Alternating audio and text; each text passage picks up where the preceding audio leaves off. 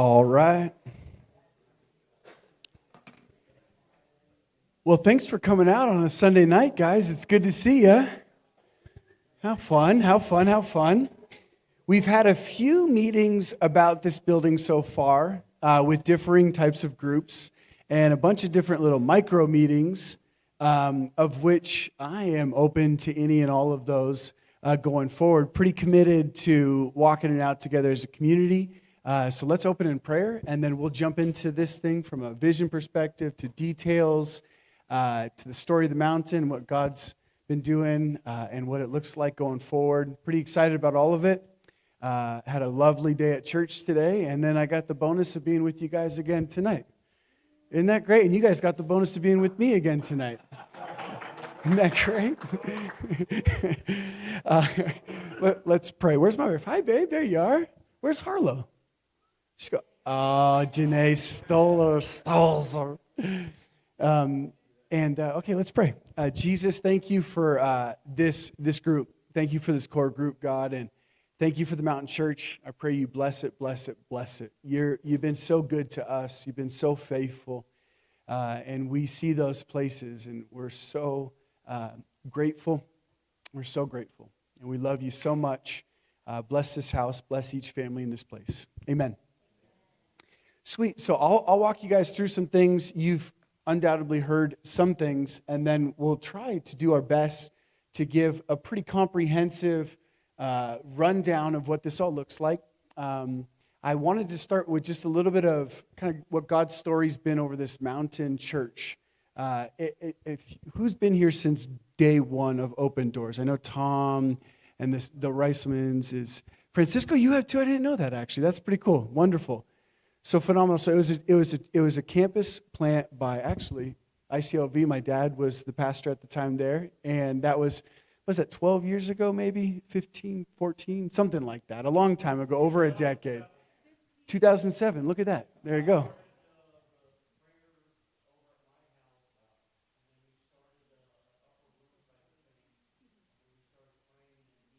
Yeah.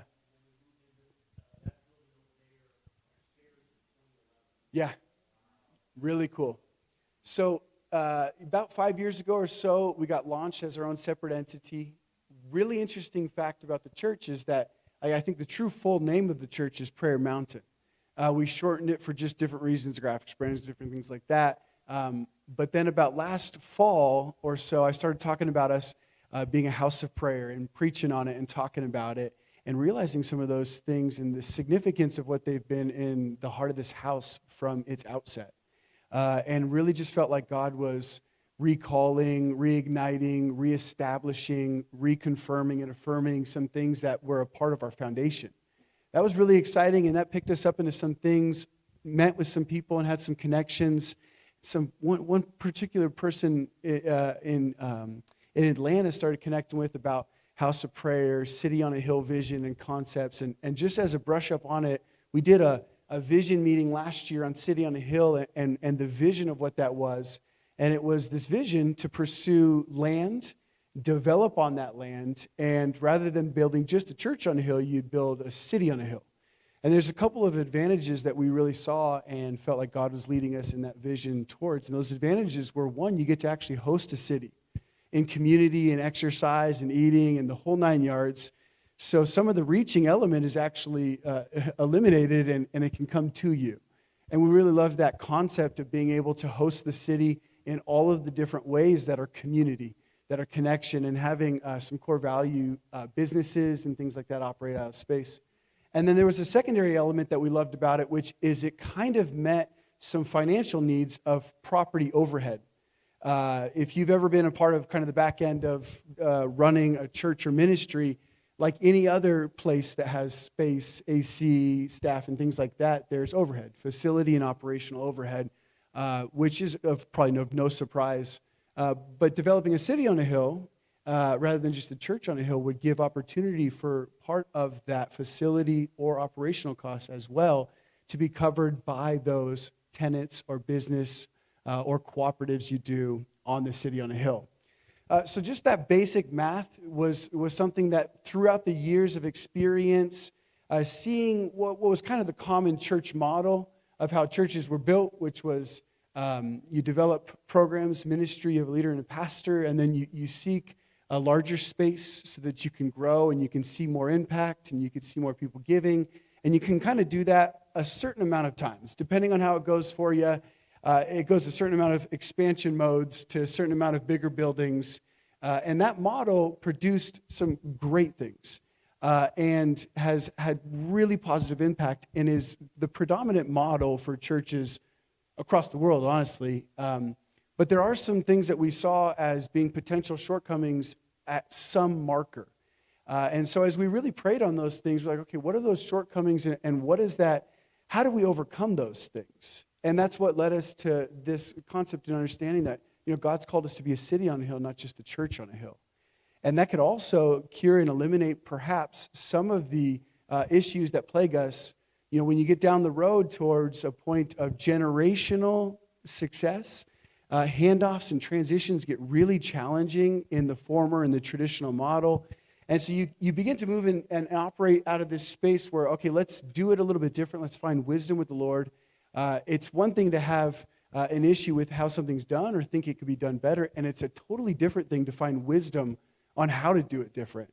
And so we've really sought God and done a ton of research on what that looks like. And so that concept of City on a Hill has been in our heart. We've been praying about it. And I wanted to, for some time, pursue land and build on land. We've identified a couple of plots and a couple of opportunities and thoughts. But as I was looking at the timeline on each one of these things, I've been working with Tyler a lot and had a great partnership across the board in this community. It's been really an exciting adventure to pursue. The timeline for truly the project of City on a Hill to grab, develop land, and do an assemblage of some kind for all of the things we envisioned, just to get an opportunity to purchase some of the BLM land that we were looking at is 1.5 to 2 years before it even gets to auction, which is fine, but it's also quite a long haul then for some of the other land. And one of the areas we're looking in would be a BLM with a possible partnership with city land and some things like that. So then you're talking about acquiring it. Then you're talking about working with and partnering with city and creating common goals, visions, and plans for those things. And that's just to get into agreement, and then all of the building from there, which construction is super fast. If you guys didn't know, super cheap, super fast.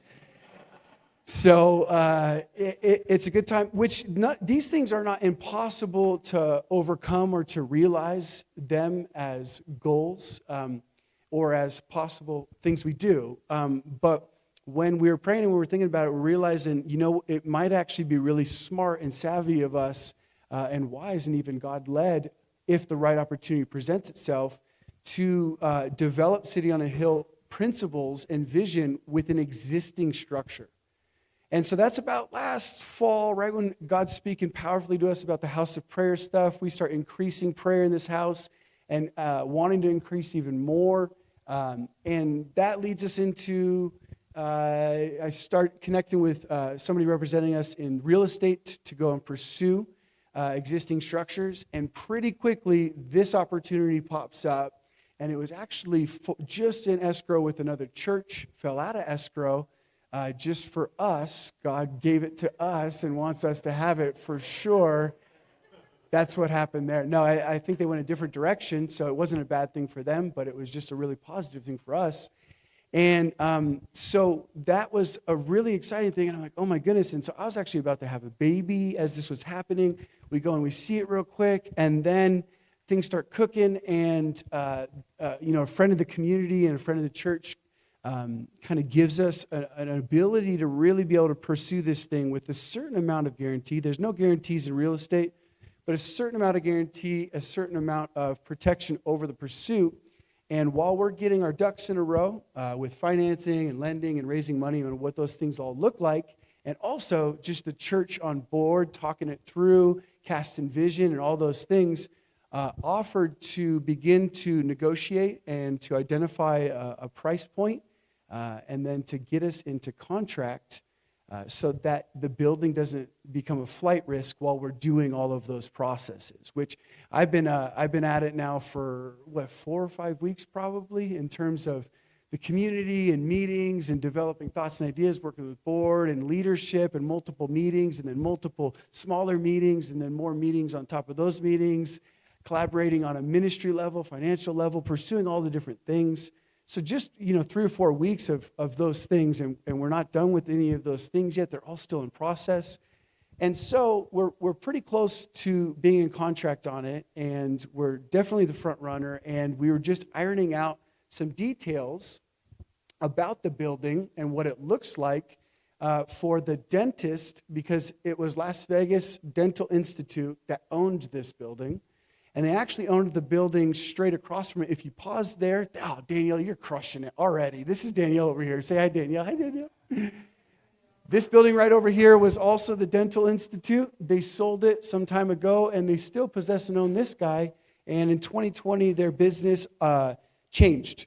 As a lot of educational formats changed, it shrunk down. And so their need for space has dramatically shrunk down as well, which is why they're looking to sell this. It's a 24,000 and change square foot property. And so they're selling, and we are in talks with them. And so first time we walk it, I was like, oh my goodness, this is it. This is a beautiful place. This is a perfect place. If you've spent some time in commercial real estate and pursuing a place for church, it's really hard. There is a lot of stuff. One time a few years ago, we saw a place where we love it. Turns out the HOA of that business complex just didn't allow churches. And there was a period there. I tried to say, hey, can I write letters? Can I get signatures from neighbors? It didn't matter. It was just, no, we don't do it. And so it's pretty tough, pretty difficult to find a proper spot for a church. And if you find a commercial property that will allow you to even entertain it, then it's difficult to find right parking, bathrooms, and then a space that could be a sanctuary, right? So we went from this building over here to this building over here, and it got us into this space here, which we were really, really grateful. We got an opportunity to be owners. We were able to raise enough to be 4% owners, which doesn't sound like a lot, but at that time, that was massive. We were like an infant in terms of an entity, so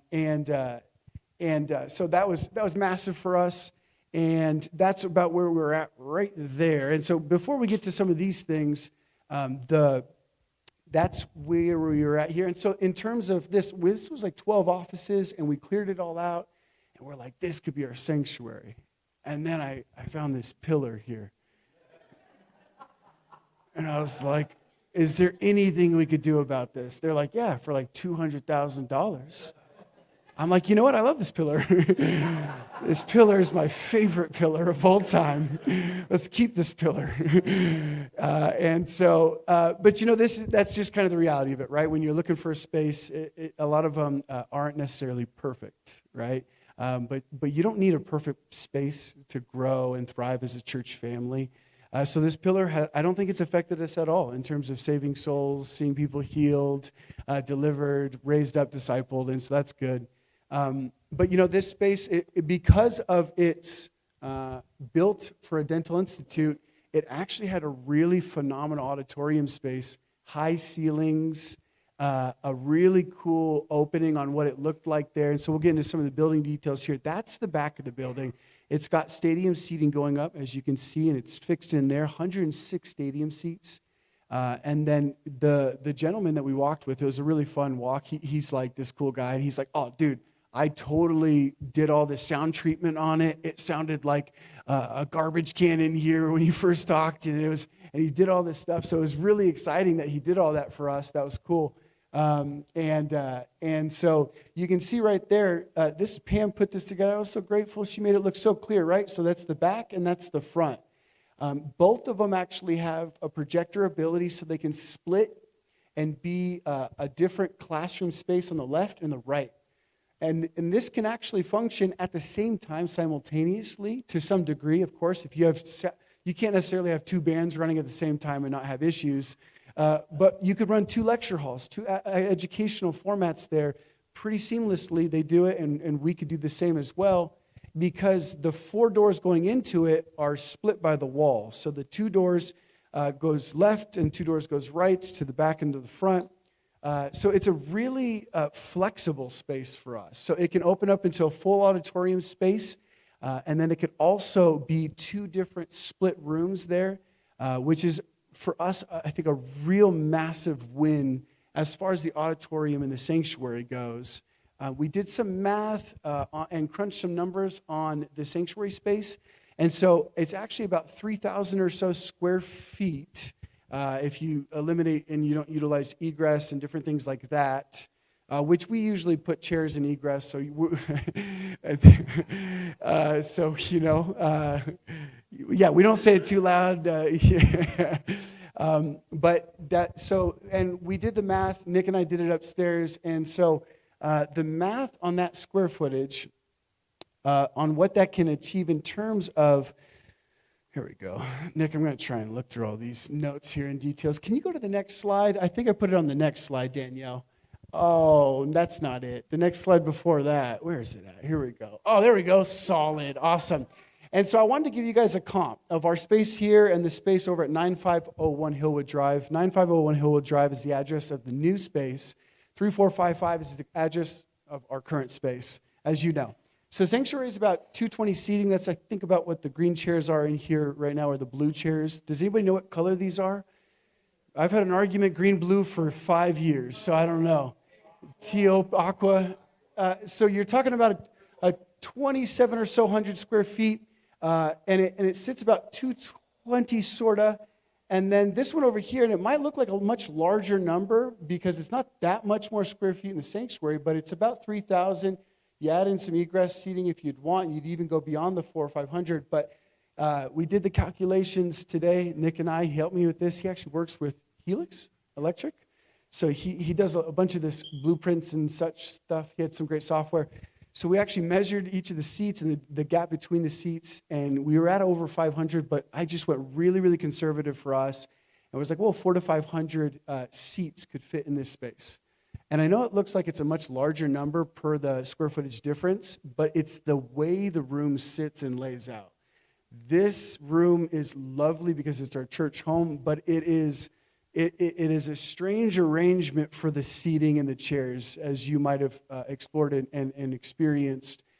So that's a really excellent thing in my perspective. That is a growth margin if we'd like the growth margin. But it's also not so large that we begin to have like a culture escape velocity where we lose, like, I think some of the quintessential elements that we love about this church, which it's a church family, right? We've got great relationship, we've got intimacy, we've got the worship, and we've got the connection in those ways.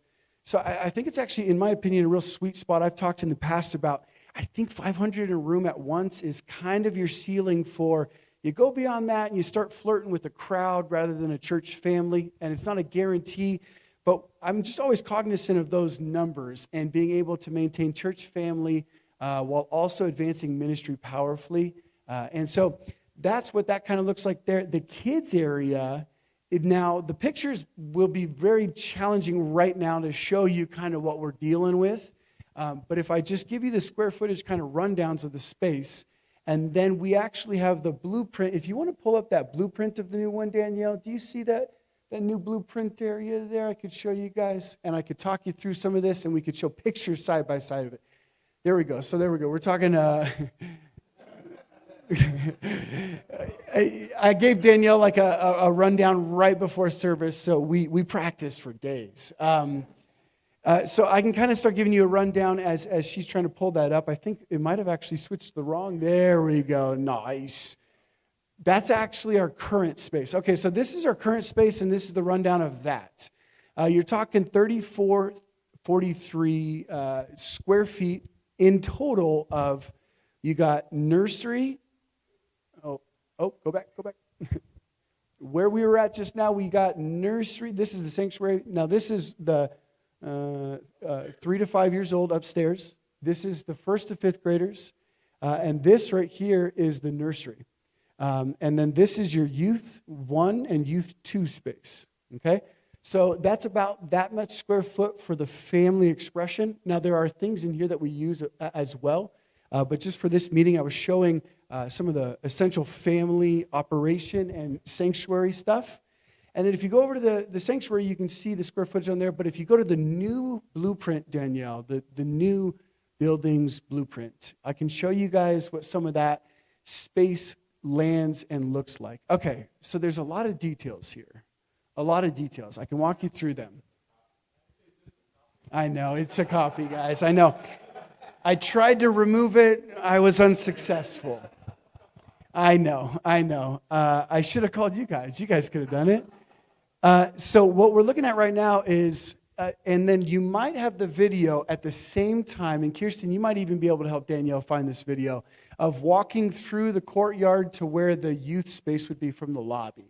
If we could show that, then we can see, okay, so this is from the parking lot, and then you go through those doors right there, and then you're into the lobby, and then from that place, you go straight left, and you walk through an outdoor courtyard into a added space or room, and so it's right through those doors there that you're seeing. That's brilliant. And so this is where the kind of primary youth space would land, which is about 900 square feet, which it's almost the same size as both of the rooms upstairs. It's just about 100 square feet less or so. And then, so that's this space right here. I should have got a laser pointer, huh? This here guy right here. That's the youth space right there that we are looking at right now. And so you'd walk through this space. What I really love about it is it's kind of a cool setup for youth.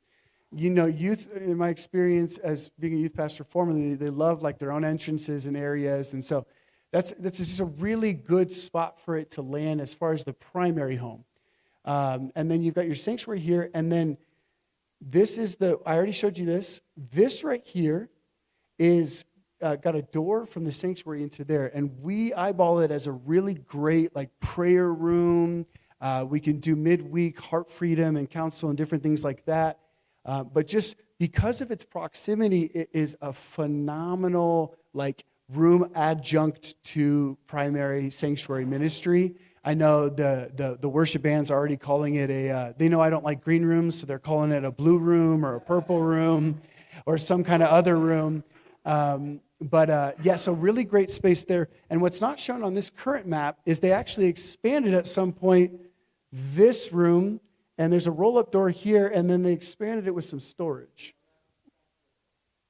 Oh, okay, cool. So then it's split about right here. So you got a door and a door, right? And you got access to both of those spaces with a door.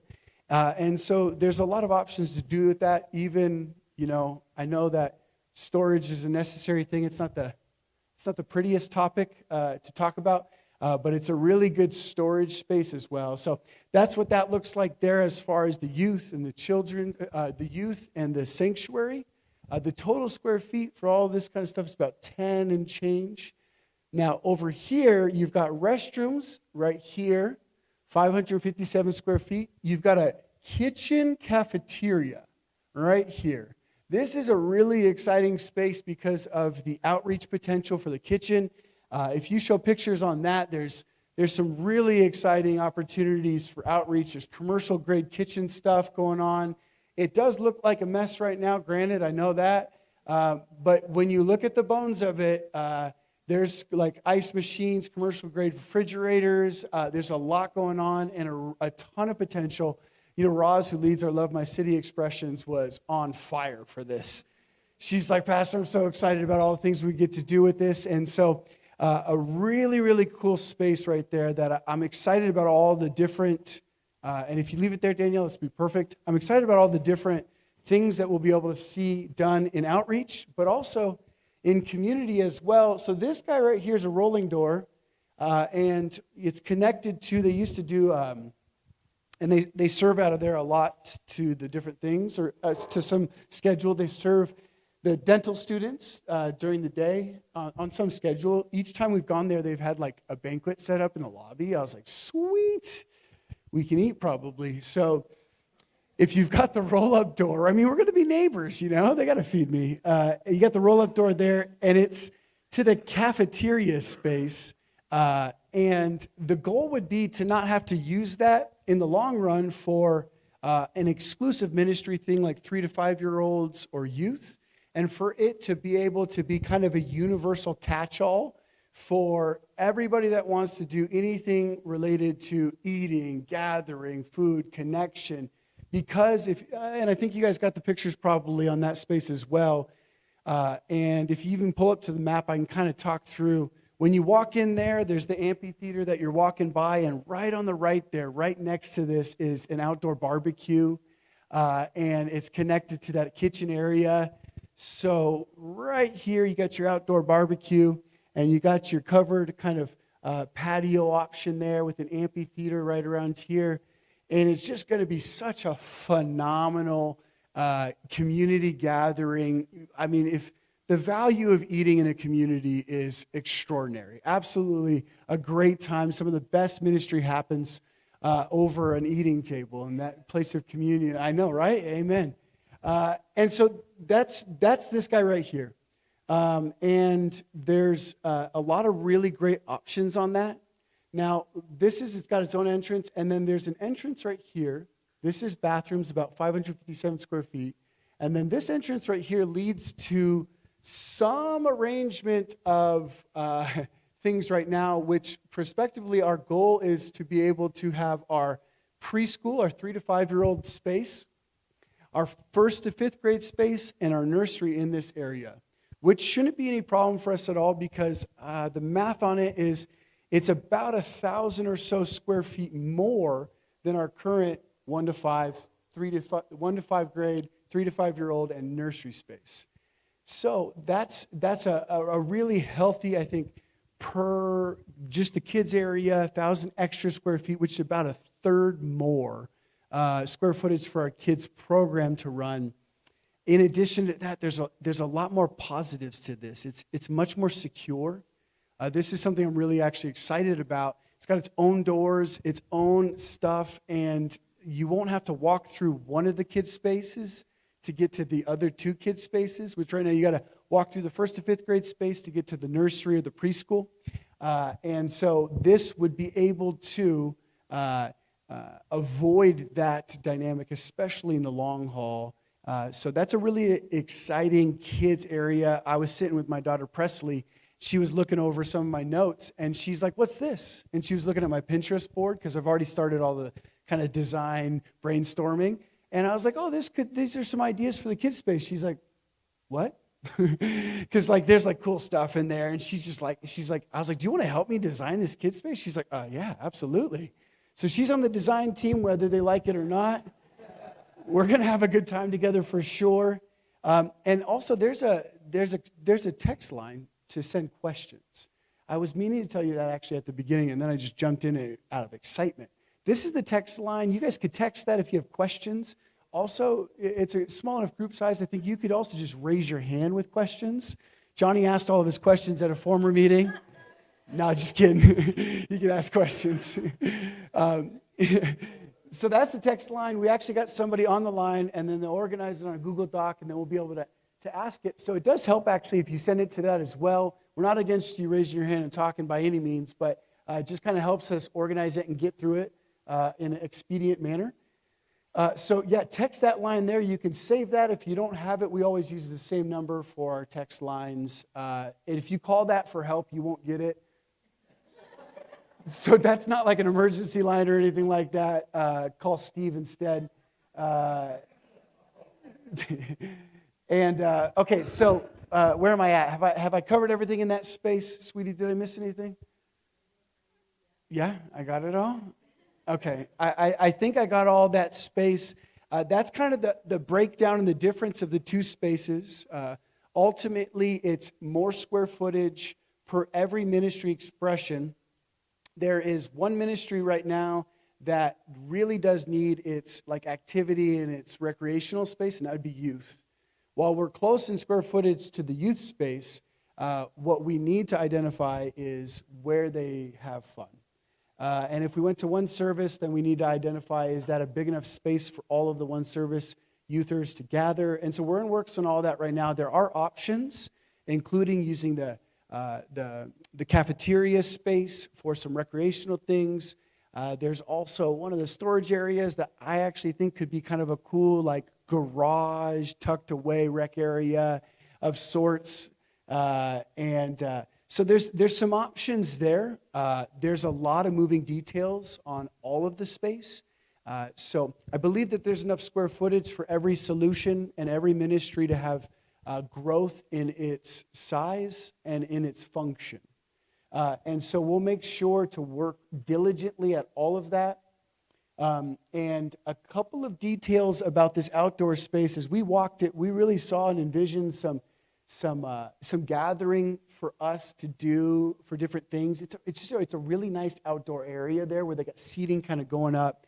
We saw baptisms happening outside right there during like the summer and some of those hotter months. And for those that are hardcore, during the cold months as well. Cold plunge baptism maybe, come on. And so there's a lot of really creative space, covered patios on both sides to be able to have just really enhanced community gathering and function. Very exciting stuff to me. And so that's, I think, a good rundown of the details of the building. Are there any questions on the details of the building? Do you have questions? Yeah. Cool.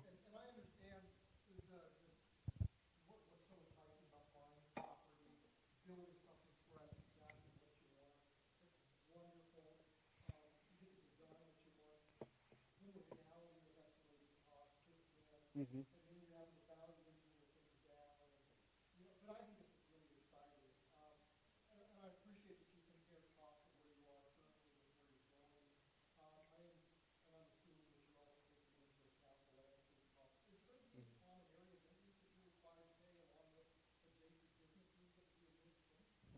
Yeah, these are great questions. And so some of the expense details are still coming in. Like, we haven't even hit due diligence phase with them in contract, but there's some pending items.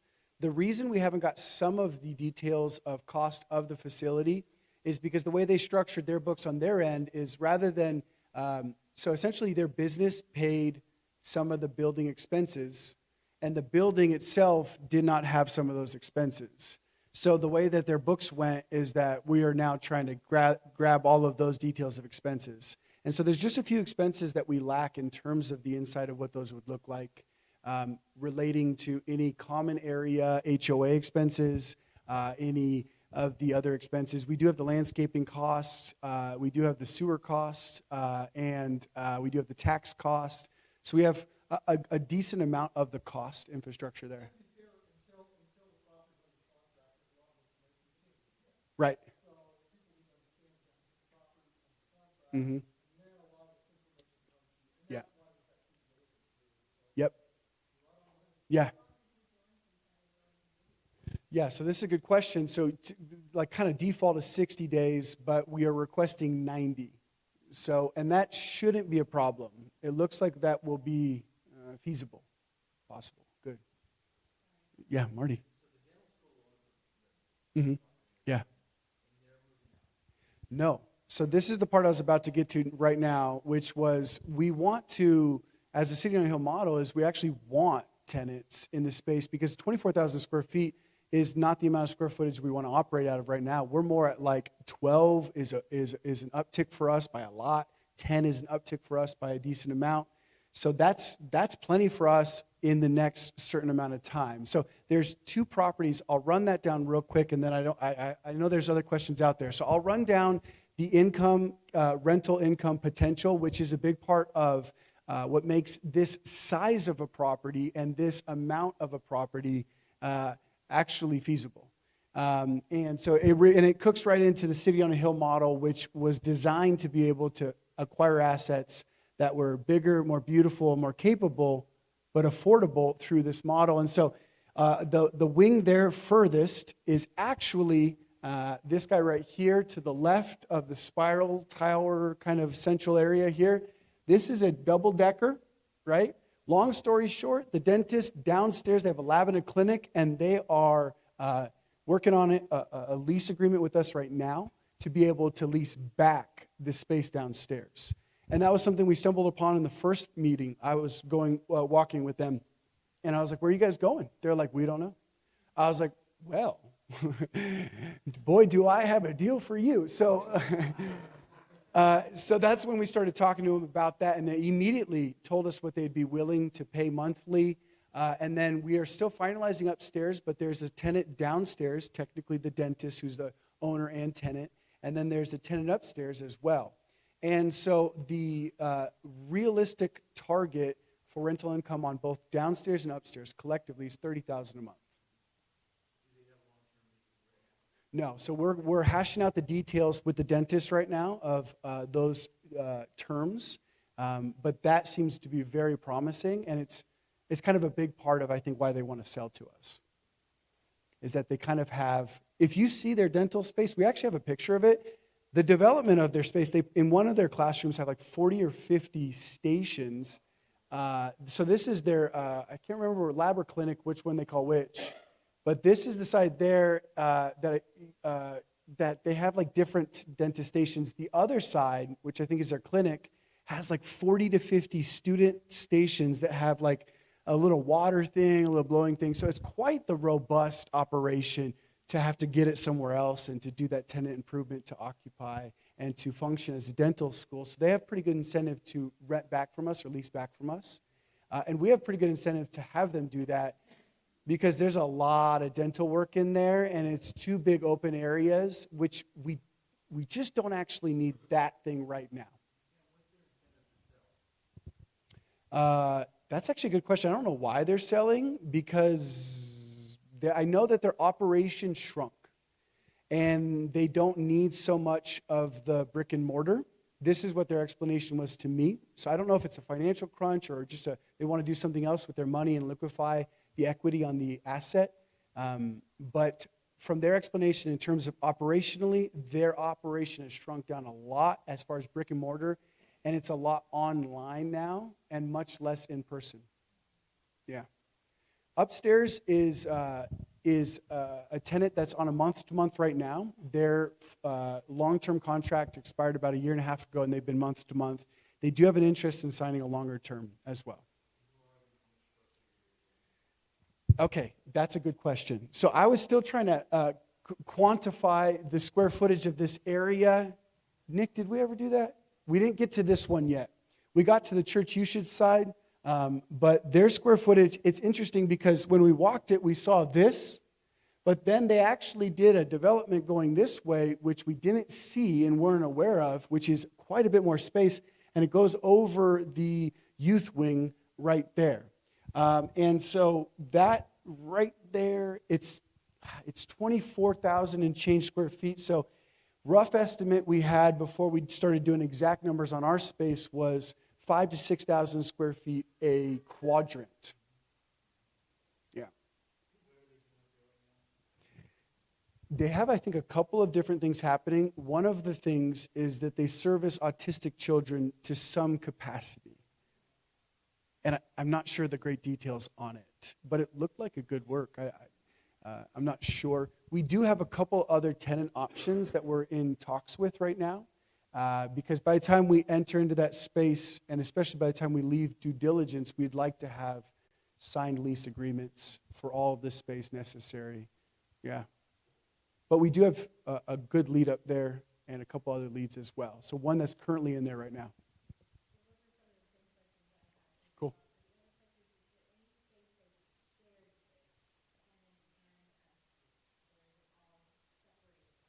So the dentist will, I think it's on like once or twice a year, use the auditorium, and not on the same schedule as us. What's that? Yeah, it'll all be a part of the lease agreement, all usage permissions and everything like that. And I've also told them I'm comfortable with them using the reception on some kind of schedule. There's like a kind of like a front desk out there. Yes, the kitchen specifically to cook and to bring it to their student base. So yes, there's about 2 or 3 like common usage areas that they're running by me, and I'm pretty comfortable on the ones so far that we've talked about. It's not a big deal to me. Parking should be good. So the parking you can see in the parking lot right now is the stations. All of the street parking around it is permissible. And in the HOA going around the other building, that parking is, you can't see it in this picture, but all the parking around there is parking. And then going around there, it connects to the other building, which is a part of the HOA because the dentists used to own both, is also parking that is permissible for us to use. And we're confirming all of these things, of course. But also, as far as the city's concerned and their read on the property and the auditorium and the church, we'll be able to use that parking towards those special use permit needs. Yeah, this is Summerlin Parkway and Town Center. I guess I didn't start out with that.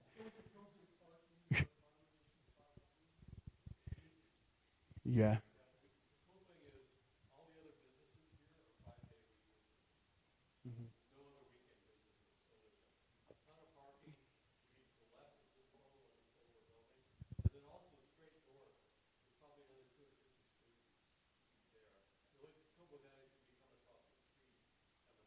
Yeah, the Shift parking lot, that right there is the Shift credit card processing parking lot, which lets the Shriners event, which is the golf course right around there, use their parking. So there may be parking there that we could access if we needed, but there's a lot of options.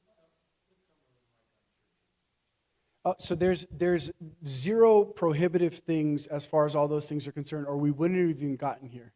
We checked all those things before even seriously getting involved in it. Yeah.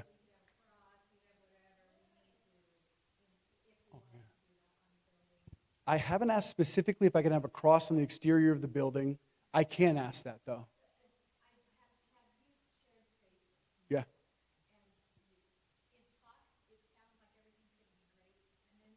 Yeah. Yeah. Yeah. Mhm.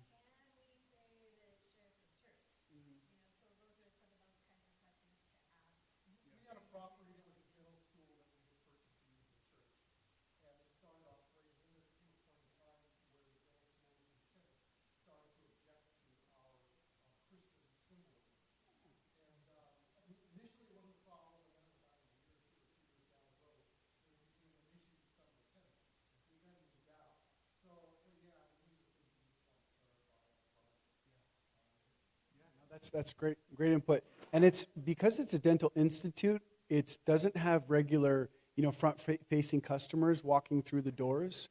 It's just students at the school, and they run a unique schedule. Every time I was there, they weren't operating class or they weren't in session.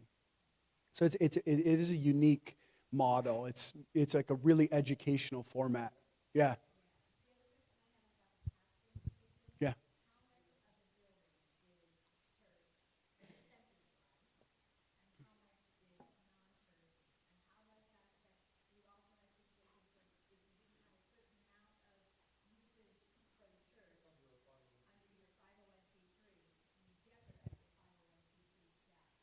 Nice.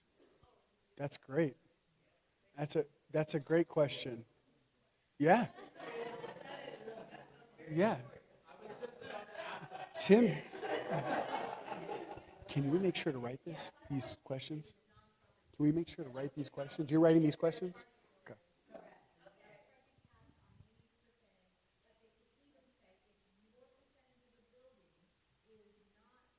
Mm-hmm. Mm-hmm.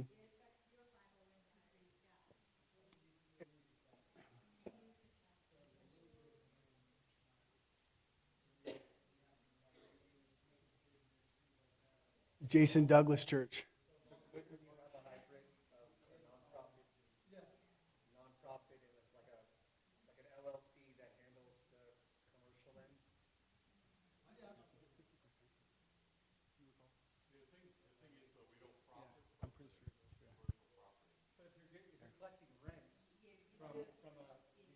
Yeah. Yeah. Yeah.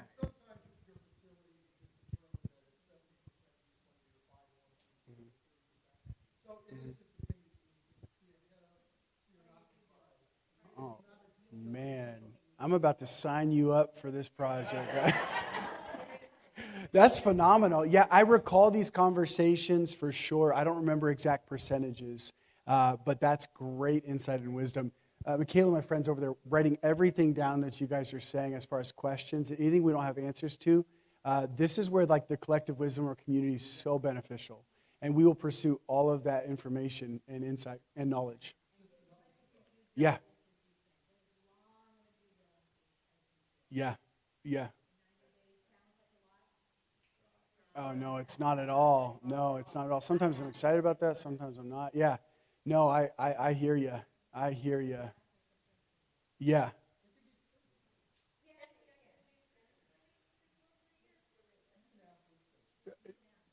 Yeah, and to a degree, the flightiness of the seller might be an issue to consider. There's a few variables in there for sure. I'm going to get us as much time as possible without losing an opportunity unnecessarily. Yeah.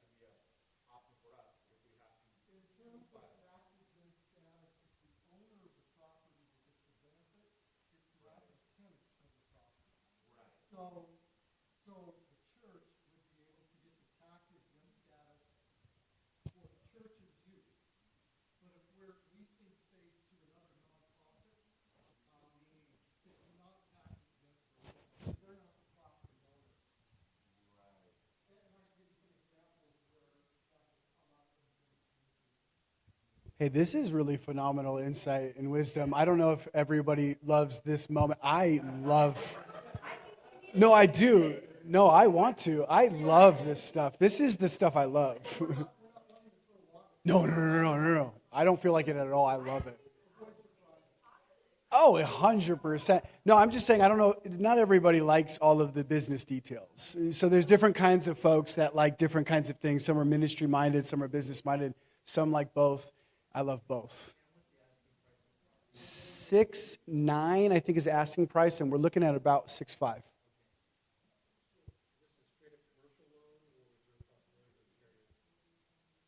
So there's no possibility of them carrying. It would be, and there's some details to this, but it's prospectively and probably a commercial loan.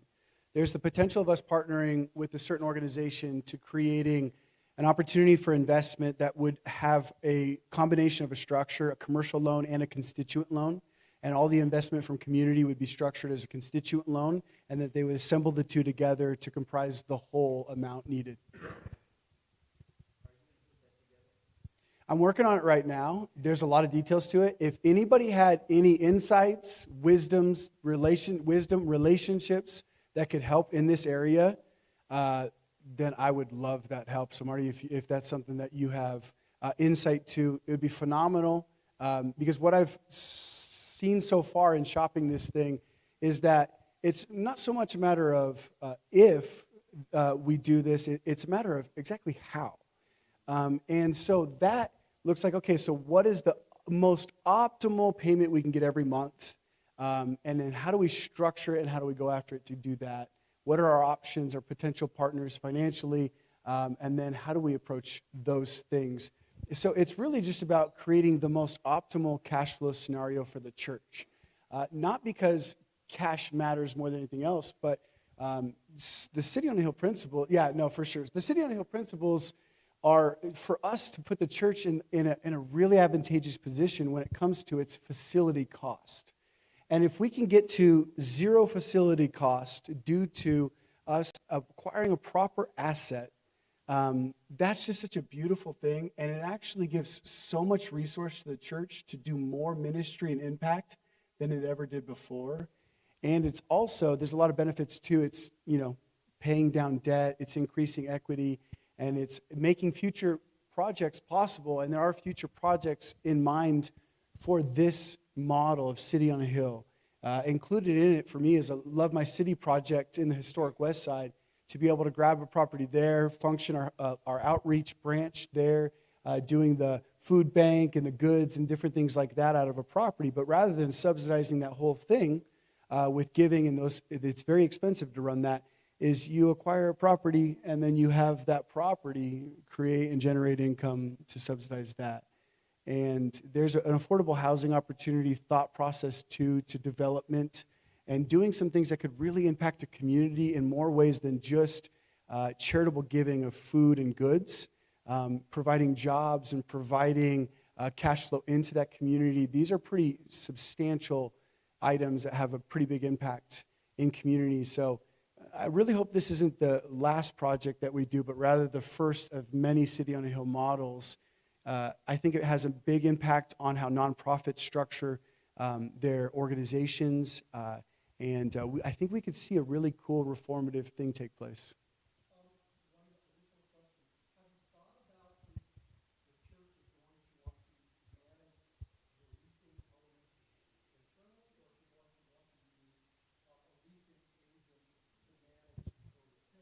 Mm-hmm.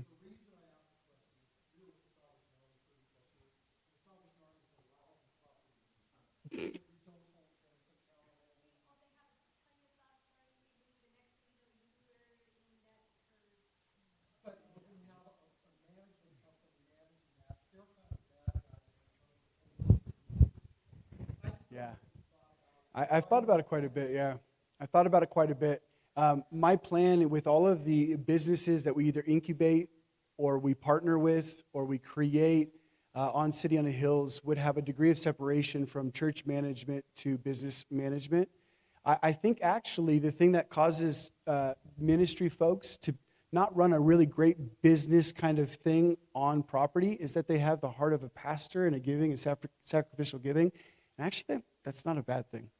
So, yeah, and I'm not saying every Christian's a bad, every pastor's a bad business mind or man or anything like that at all. But, we just tend to want to give and give and give and give. And so that's a really cool thing. But, yeah, so that would be the goal, is to realize a healthy flow and a healthy management with some different branches, especially so that ministry folk can do ministry. And we could protect that, because that's ultimately the goal, right? Yeah.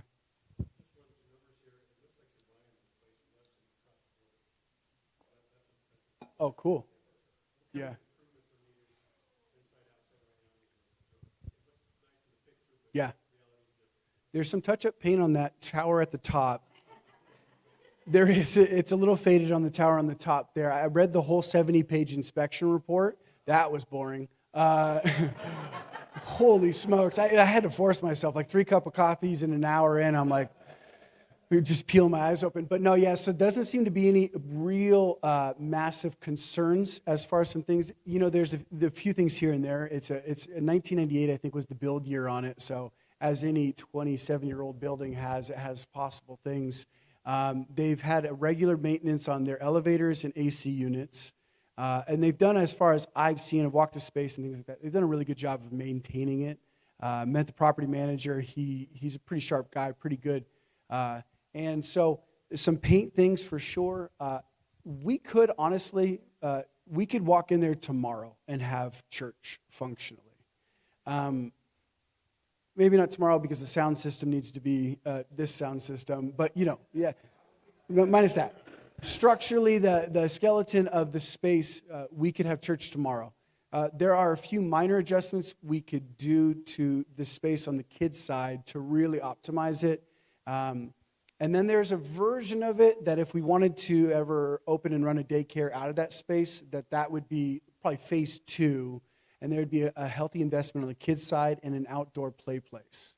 That is on the horizon eyeball idea there of what we would potentially like to do.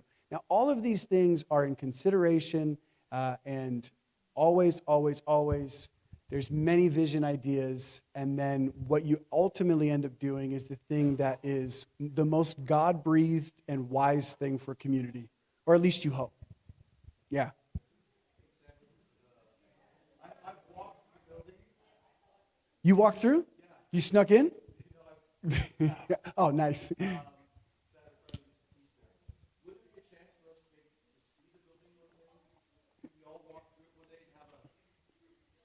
Yeah. Yeah. Yeah. Yeah. Yeah. Yeah. It's huge.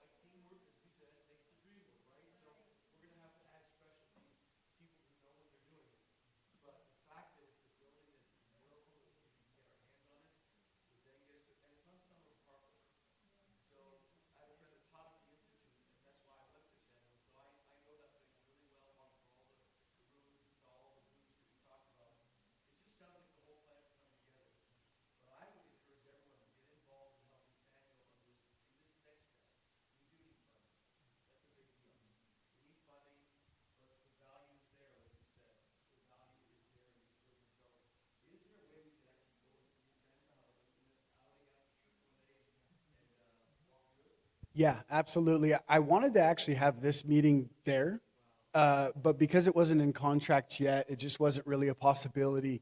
But I want to have a next meeting once it's in contract at building to be able to just say, hey, come, we're going to have a meetup, see the building, maybe some refreshments. I don't know if that's possible there to be able to do that. So as soon as I can get everybody there, I'm going to get everybody there because that's a big deal. When you get to actually walk a space and feel a space, it's so much different than a picture.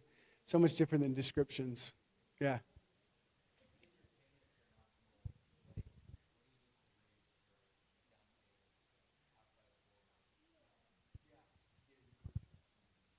Yeah. So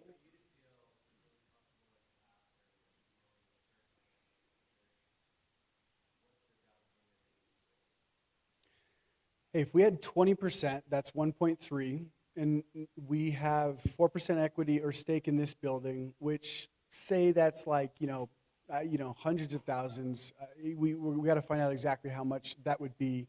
Uh, so we could liquefy this position. We could be, I think, we could be close to the 10% mark where we're at right now with no raising of funds. We're not at the 20% mark as far as where the church's ability is. So I think you're talking about, raising in terms of donation giving 700,000 for us to be able to afford it on our own. 700 to maybe 900,000. I honestly just say a million just for kicks.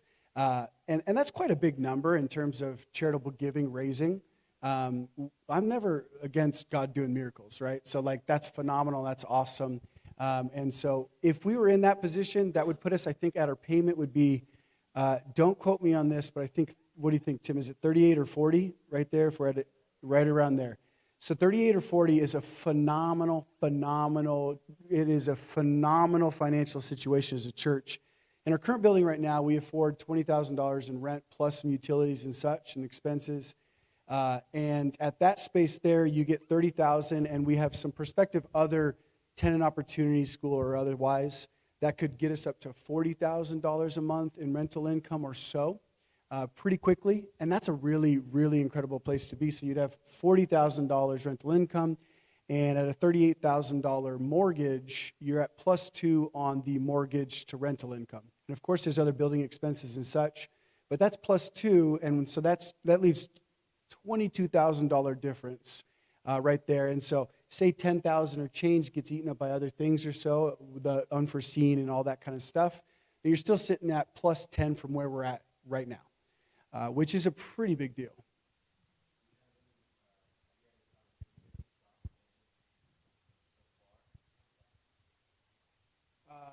Like a cash donation, like holding place? I haven't got a commitment from anybody for a donation like, hey, I want to give this amount. I haven't got that yet. But Tim's saying, but we can change that tonight. Johnny, what's your number?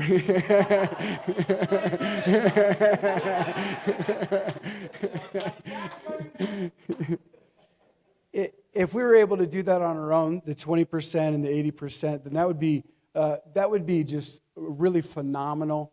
There's this program opportunity where we can raise investment, and we can and this company works with the investment we raise through constituent loans to get bank partners, and they have relationships in that like the constituent loan space.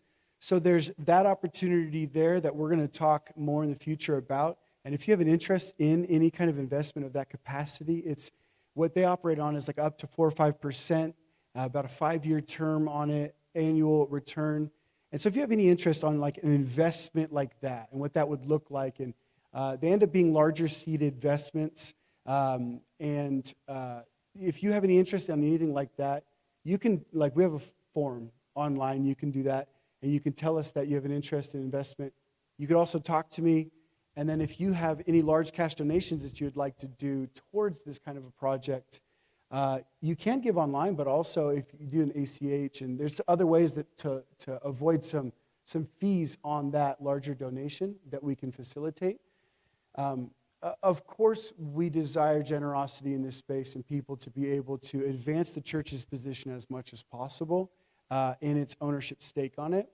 I have some backup options because I think that, no matter how you slice it, if we can get ourselves in there, that's a huge, huge, huge win. And so there are some thoughts I have on if we fail at every corner of funding this thing, which I don't anticipate, or financing it, a partnership of some kind may be on the table as well. So that would get us into the space and give us some time to be able to eat up and eliminate that partnership on a schedule that would be agreed upon beforehand. So that would be, honestly, that was my worst case scenario, which I still actually think is a very good case scenario compared to where we're at now, which is a 4% ownership stake on the building. And we do see 4% of the net rental income on the building, which last year I think was at about $14,000 last year. So that's not a bad thing by any means, but if we can increase our ministry space ability, increase our ownership percentage, then that really does advance the community in some really amazing ways. And to be able to have the opportunity to have a greater space, increased ownership capacity, and potentially less, by a dramatic amount, less facility overhead, kind of feels like a dream. Feels like God's doing something crazy. Yeah. Yeah, I do have a chart up there that compared the costs. I showed just kind of perspective ranges of the what we have this rent right now, and then the rent or the mortgage of the new space there. And it's a really big range, right?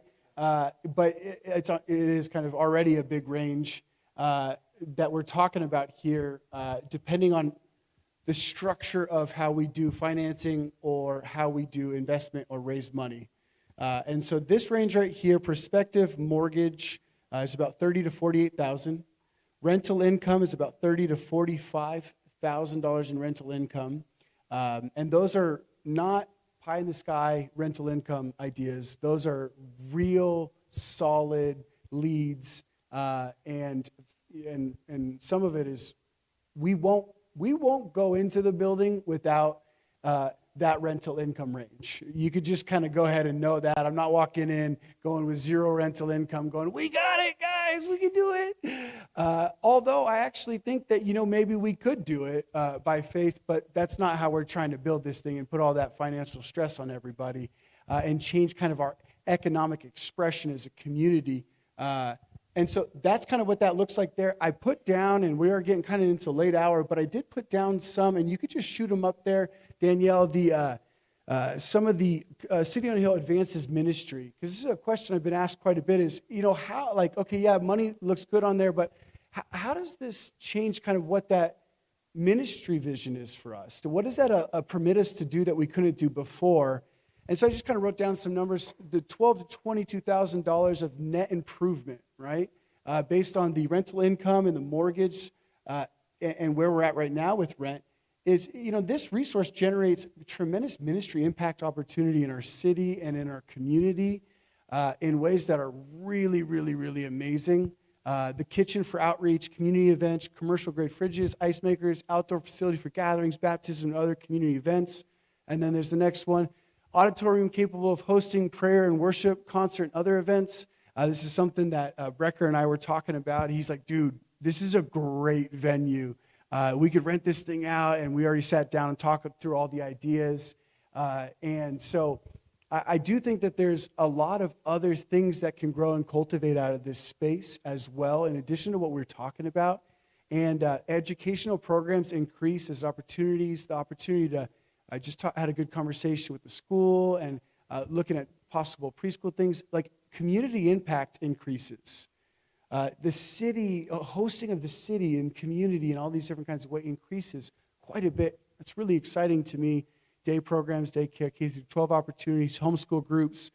Kelly Cal's already like, hey, homeschool groups? I'm like, dude, my kids are all homeschooled. You better believe we're hosting some homeschool group parties for sure. Every week, maybe. Prayer room, this is a core tenet for us as a community, prayer room. The sound isolation of the wing and all the sound treatment in the room really does allow us to operate prayer times without a great concern for it affecting the other tenants. Like there is not a shared wall with another tenant from the sanctuary, which is massive. And there's not a shared ceiling floor with another tenant. Naomi used to work at Beyond Therapy, and she's like, hey, so you've got rock music, worship happening. We've got folks getting counseled. And I'm like, okay, yeah, for sure. So we're trying to work with everybody and be, all responsible with our noise. You're going to eliminate all that. It's so great. Yes, you are, bud.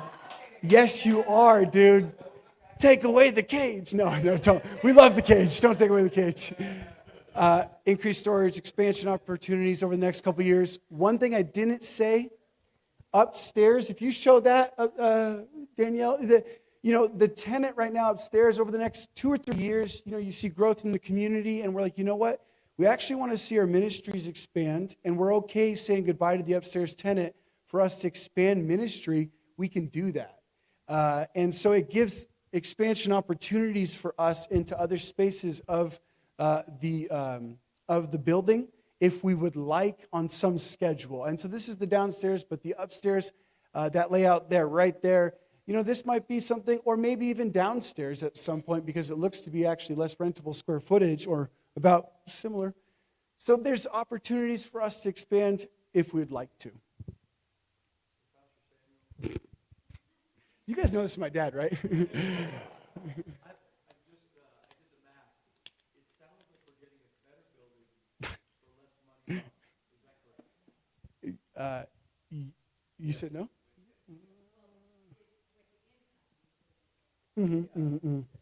Yeah, that's what he's counting in as well. Yeah, with the rental income, yeah. At least the $30,000. We're literally spending $10,000 to $12,000 less a month. Is that correct? Prospectively, yes. Yep. 100%. Yeah. That's why the third tenant getting it up to 40 or so is really, really attractive to me, because then that circumvents and overcomes a lot of those numbers, those ghost numbers right now that we're trying to pull to have into reality for sure.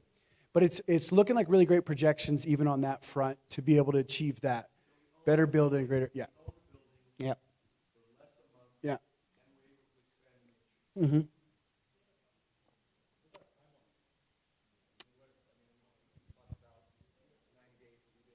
Yeah. No. We're talking about if it got into contract on a 90-day schedule, is that July? Does anybody have a calendar right now on them right now? 90 days is July, right? Is that June? Okay. From today. Yeah. Now, we have to apply for a special use permit, which can sometimes have a variable outcome in terms of schedule. but it's usually less than 90. It's between 60 and 90 days on average. So 90 days. Not from today, because we're not in contract yet, although it's close. So 90 days from contract, as long as all things go proper.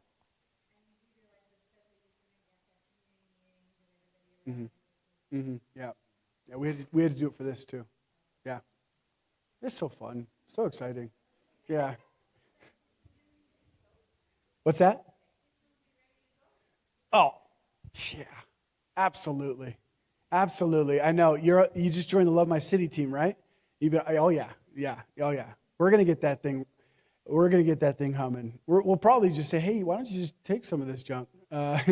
There's a lot in there. I can't believe how much is in there. I know what happened. They consolidated their other one to that one, too. So they had the other building. They consolidated it all, and it's just been sitting there. Yeah. So we're going to do a garage sale. Did you have... There's more questions? Come on. Come up here, Kirsten. Bring your laptop. I don't have that Google Doc opened up. Kirsten's going to help moderate some of the other questions that were asked on the text line on the Google document there. Some are not as vocal as the others who raised their hands. We're not going to call them out or anything like that. Okay, what do you got here?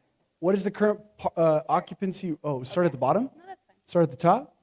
Would space be available for a one-person photography business to rent space for office space for business purposes?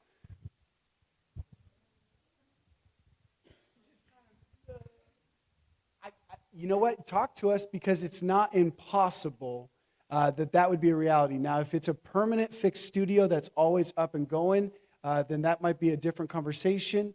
But if it's not, and there's some kind of schedule there that you could run and operate, then that might be possible. But talk to us, because there's some things that I didn't think were going to be possible when I talked through the usage. Oh, looks like there's actually some real options there. So it depends on the usage. So please talk to us. What is the current occupancy rate and for how long? I turned it on. Oh, come on, Nick. Unmute her, bro. Come on, dude. What is the current occupancy rate and for how long? Okay, I answered that already. Will you have worship nights or gatherings outside in the courtyard area? Yes. 1,000%. 1,000,000,000,000%. Yeah. Bro, we're going to get one of those big ones. You ever seen those big ones? Yeah, dude, that's awesome. We should. Are we going to sell the Cliff Shadows location? So our 4% ownership stake. You know, I have a dream that we are able to keep it, but if it's required for us to be able to get a new one, we will. I'd like to maintain all real estate ownership and rental income of that ownership stake for as long as I possibly can. I've sold one piece of real estate in my life. That was my first home. And I was talking to Bob earlier. That was my worst business decision of my life. Selling that thing, I think about the numbers now we could be doing. Oh my goodness, it's horrible. How much, you've kind of addressed this, but how much will we need to grow to afford the new location? Numerically, as a church, zero. Right. We could even see a little decrease. Not that we're planning that. Don't say that out loud, maybe. But there is a lot of room for expansion. Yeah, there's a statistic that says the average church doubles when they get a new building. Yeah. So I think the question is going to be, we can afford it now, more than afford it. Then once you get in, generally you double. Yeah. Especially, I was here at 9 o'clock, it was packed.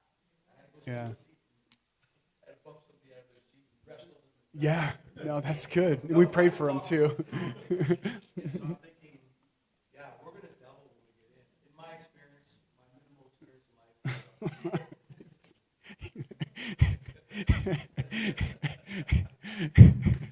Go ahead, read the next question. Okay.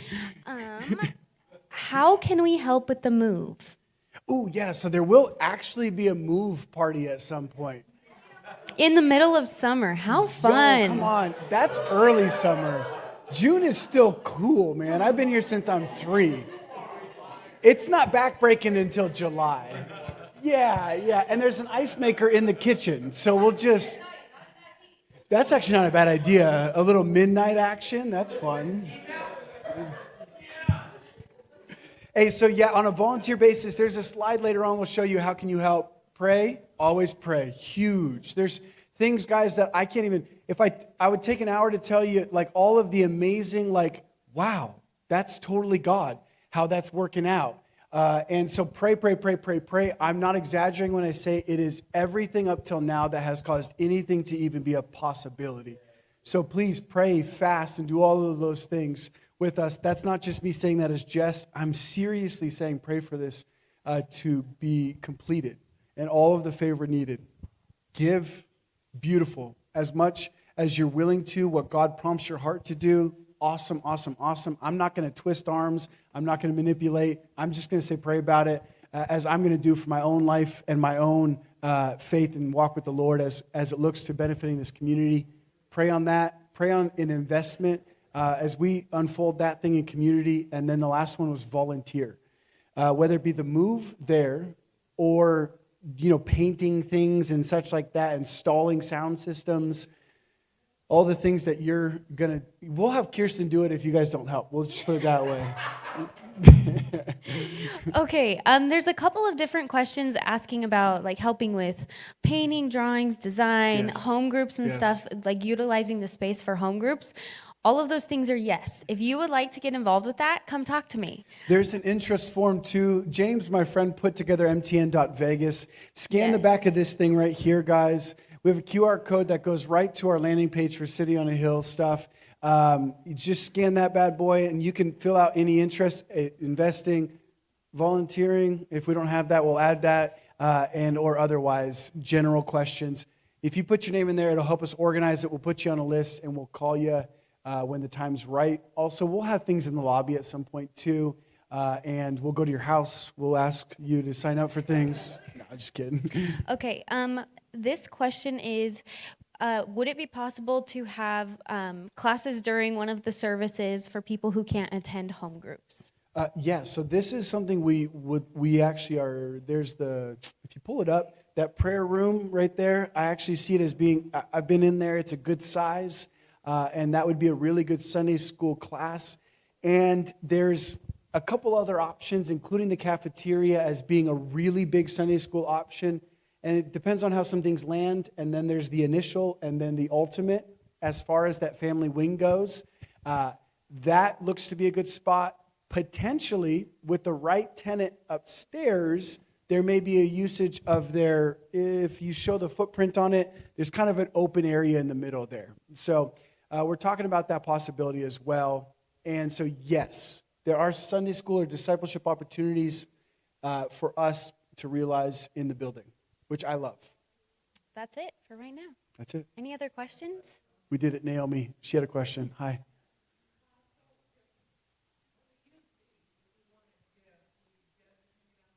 My name. Just put Kirsten. Just kidding. Yeah, building fund, City on a Hill, any of these things would do. There's also a drop-down tab on the website as well. Actually, when you give in person on the envelopes, it is still, I don't know if you guys care about this, but with the vendor that we use or the credit card processor we use for in person, it's still the best percentage rate we get. It's fine. Giving online or in person, it's all great and generosity. So there is the best, though, for the church in person on the envelopes or reoccurring giving that we process on our NMI platform. I got another one for you. Yes, you got another one. What will happen to funds invested in the Cliff Shadows property? Well, it would stay if it can stay, but if we need it for us to be able to acquire the new building, we will liquefy and use it to get that. Oh boy, I think we did it, guys. Steve, hi. Yeah. So those who invested in it, they actually saw a fixed return. Their return wasn't based on the sale or the liquefaction of the position. And so it was a 3 or a 5 year term, 15 or 20%. Is that what it was, Tim? Nice. Yeah, it was awesome. Yo, guys, so the investment that we did on this last one here, it was so fun. We went from here to here. We just had this idea. It's like it'd be cool for community to be able to invest and own a position on church. Like ownership mentality is so cool to us. We love it so much. That's why I want to be able to do it on this next one as well. We raised $139 in community towards this position, which was so phenomenal because it helped us to be able to own 4% stake in it. And we were brand new, so we had nothing. We had a peanut. We didn't really have that cash to be able to do it on our own. And so that was so exciting to us. And it was so fun for people, too, because they're like, you get to see a return and you get to advance the kingdom.